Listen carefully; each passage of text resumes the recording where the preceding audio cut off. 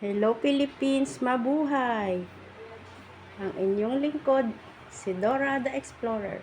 Magandang buhay mga kapuso. Saan na naman kaya rarampa si Dora? Suot-suot na naman niya yung kanyang backpack. Alam niyo ba guys, madaming nagtatanong sa akin, nagtataka, bakit daw ako laging naka-backpack? Araw-araw, kahit saan ako magpunta, suot-suot ko tong aking backpack. So, hindi nila alam kung ano yung laman ng aking backpack. Dati kasi guys, nung nagtatrabaho pa ako, lagi ako may daladalang bag. Yan, araw-araw, suot-suot ko yung aking bag dito sa left side.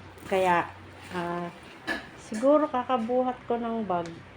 Ayan, sumakit na yung ganito ko, left side shoulder ko.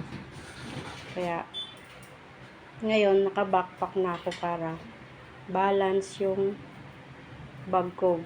Balance siya dito sa magkabilang shoulder ko. Hindi lang yung kabilang shoulder yung sasakit.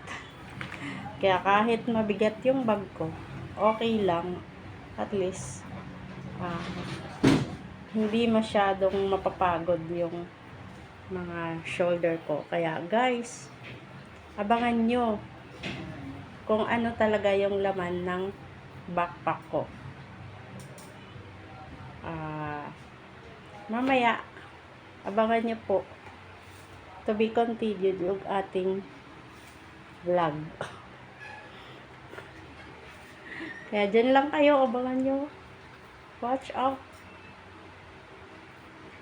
Mga kapuso, mabuhay. Bye! Thank you for watching.